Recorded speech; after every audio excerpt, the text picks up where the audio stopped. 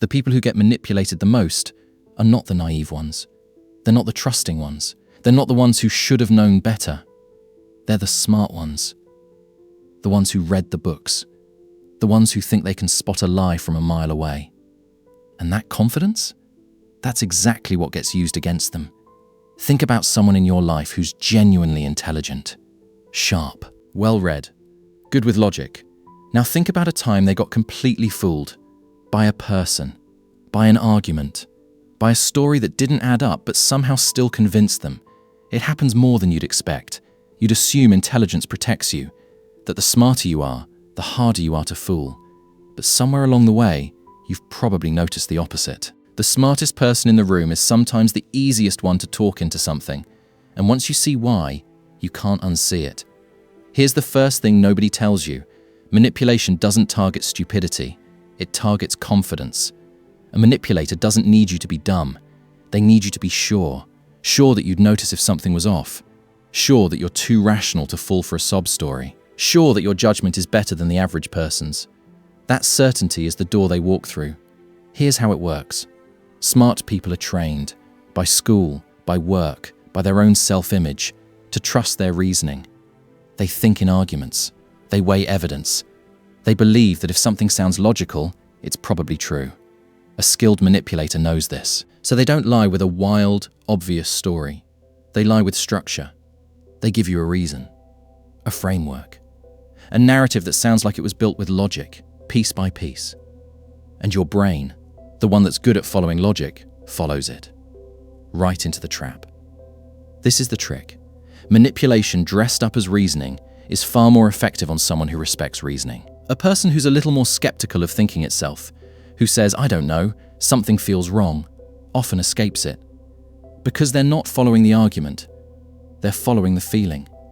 But the smart person overrides the feeling, because they've learned their whole life that feelings are less reliable than thoughts, so the uneasy gut instinct gets talked out of existence by their own mind. There's a second layer to this. Smart people often believe they're immune, not because they're arrogant, but because everyone around them has told them for years, you're too smart to fall for that. So when a manipulator flatters that identity, you're not like other people, you actually get it. It doesn't feel like flattery. It feels like recognition, like finally being seen. And once someone feels understood by another person, their guard drops. Not because they're foolish, because that's what humans do. We open up to the people who seem to see us clearly. The manipulator isn't tricking your intelligence. They're using it as the entry point. There's also the trap of overthinking itself. A smart mind loves to analyze. It wants to find the explanation.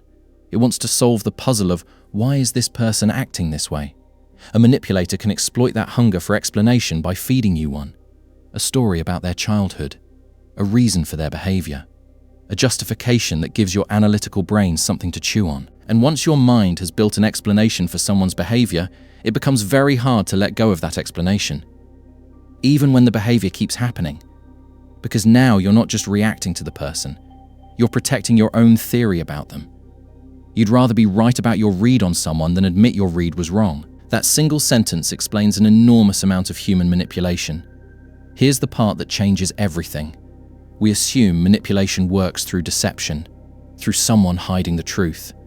But most of the time, it works through collaboration. The manipulated person isn't just being lied to, they're helping build the lie. Every time you find a reason to excuse behavior that hurt you, they were stressed, they didn't mean it, I probably misunderstood. You're not being deceived from the outside. You're doing the manipulator's work for them, using your own intelligence as the tool. This is why smart people can stay in situations that clearly aren't working. Not because they can't see the problem, because they can construct, brilliantly, a reason the problem isn't really a problem. A less analytical mind might just feel, this is wrong, and leave. A highly analytical mind can talk itself into staying for years, with excellent reasoning at every step. Intelligence, in this context, isn't protection. It's a very sophisticated lock-picking kit, and sometimes people use it to pick their own locks, letting the wrong things in. There's something else hiding underneath this. Manipulators often aren't master strategists. Most of them aren't running some genius plan. What they're actually doing is much simpler. They're offering certainty in a moment where you crave it. And smart people, ironically, often crave certainty more than anyone, because their whole identity is built on having answers. Not knowing something feels almost unbearable to a mind that prides itself on understanding things. So when someone shows up with total confidence, a clear answer, a clean narrative, no hesitation, it's deeply appealing to exactly the kind of mind that hates ambiguity. The manipulator isn't smarter than you. They've just noticed that you'll fill in gaps with logic faster than anyone else in the room, so they only need to hand you the first few pieces. You build the rest yourself. This is the quiet twist. You were never persuaded by them. You were persuaded by your own mind, working exactly as designed on the wrong input. Intelligence was never a shield against manipulation. It's a tool. And tools don't care who's holding them.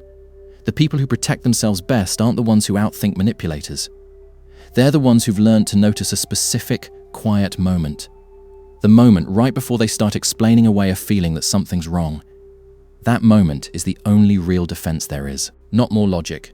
Just enough honesty to stop, right there, and ask one question. Am I understanding this?